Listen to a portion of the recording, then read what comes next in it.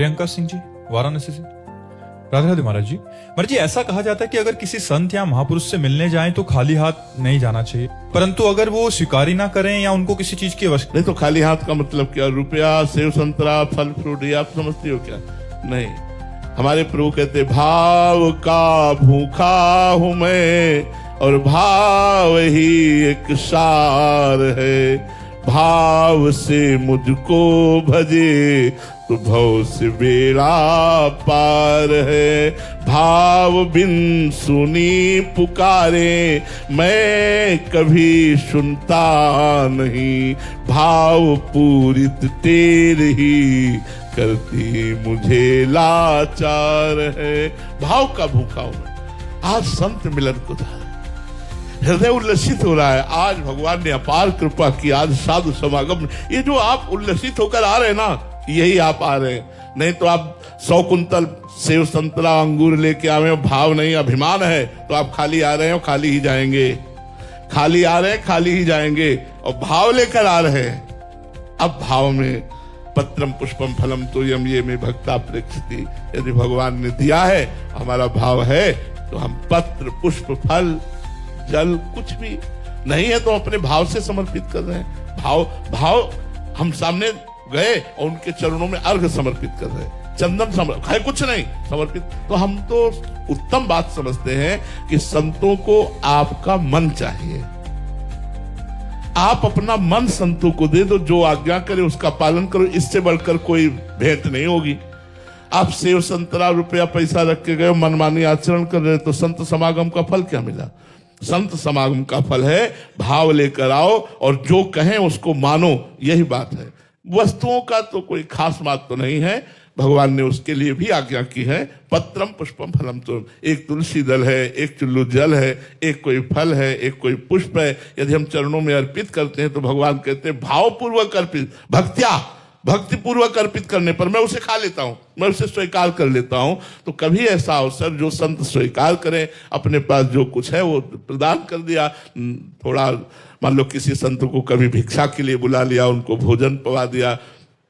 वृंदावन वास कर रहे हैं, हमारे पास है 2 रोटी, हम किसी संत को दे दी। किसी फटे पुराने कपड़े पहने हुए संत को एक वस्त्र दे दी। हम भाव रखें, भाव ही मूल बात है, ये वस्तुएं मूल बात नहीं है। इसलिए संतों के पास जाओ तो देखो, एक उसमें दोहा में कहा गया है, संत मिलन को चालिए तज माया अभिमान, ज्यो ज्यो पग आगे बढ़े कोटिन यज्ञ समान।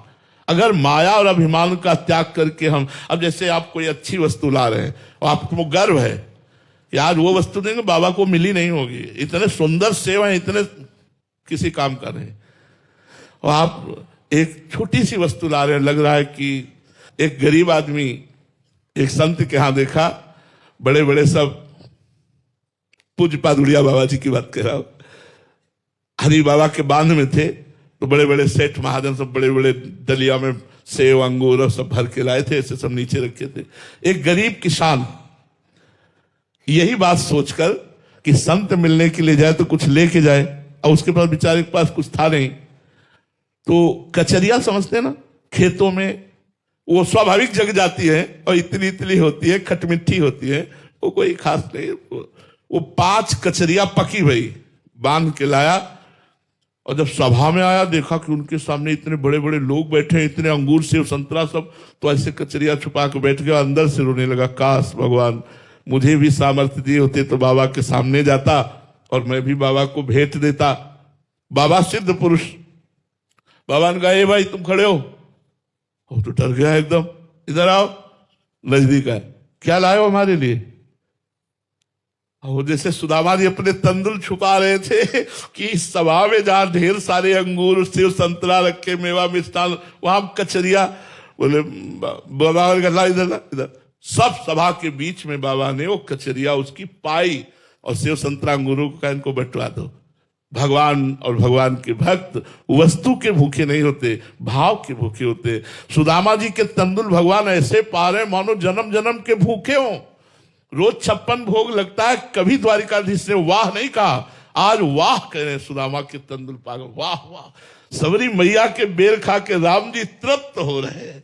अखिल ब्रह्मांडों को तृप्त करने वाला परमात्मा सबरी के बेर पाके तृप्त हो रहा है। भगवान श्री कृष्ण देखो कितना प्रेम में बावरापन है। विदुर जी के घर गए सरकार, विदुर जी थे नहीं, विदुरानी जी थी। आवाज लगाई विदुरानी, कौन? श्री कृष्ण। ओ मेरे इष्ट पधारे। बैठाला, उनकी भाव दशा बदली। मेरे प्रभु आए, मेरे प्रभु आए। मैं रात दिन जिनका चिंतन करती हूं, जिनकी बात जो होती रहती हूं, आज वो मेरे प्रभु और आंसुओं की धार चल रही। प्रभु ने कहा ऐसे ही बैठी रहोगी या कुछ खवाओगी? मुझे भूख लगी है। ये वो प्रभु बोल रहे हैं जो अभी दुर्योधन से बोल करके आ रहे हैं। दुर्योधन ने कहा चलो महल, कुछ भोगराग हो जाए। तो भगवान ने कहा दुर्योधन, ये भोगराग दो स्थिति में होता है, एक तो अभाव में और एक भाव में।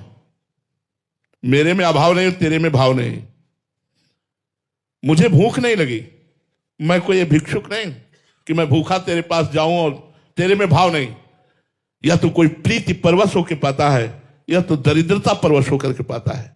ये दोनों भाव मेरे में नहीं। और भगवान चले आए, यहां आके बोल रहे हैं मुझे कुछ पवाओ, भूख लगी है। क्यों? ऐसा भक्त अपने हाथ से पवाए। अब वो तो बावरी सी क्या प्रभु, वो केला रखे, ला उठा के और पवाओ। केला तो ले आई, लेकिन दशा भी देह की नहीं है, देह शुद्ध विस्मित दशा है। तो केला ऐसे छिलती है, गूदा फेंक देती है और छिलका भगवान छिलका पा। आह, क्यों? भाव। इतने में विदुर जी को पता लगा कि प्रभु आपके घर गए।